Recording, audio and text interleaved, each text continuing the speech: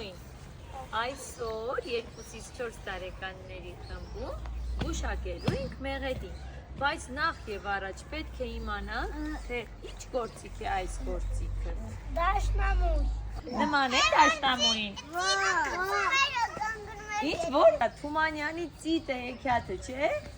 Ինչ էր ծիտը նվագում, որ ընկնում էր եւ կոտրվում էր։ Սազ։ Սազիկը ընկավ, կոտրվեց, ծիտներ թռավ, գնաց, հեքիաթը ավարտվեց։ Այդ ծիտիկի սազն է։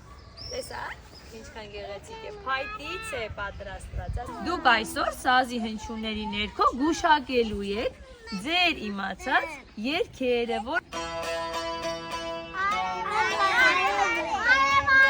այո, կարող եք մի փոքրիկ հատված երգել։ Արև, եկեք, զիզի քարիններ,